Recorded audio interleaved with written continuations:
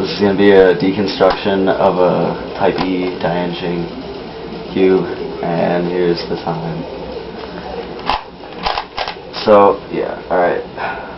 And it's like pretty fast. And your fastest was like 14, so. Yeah, Rubik's Cube is like 14 to take apart. It's horrible. So, alright. Okay, ready? Alright, I'll just do it. Okay.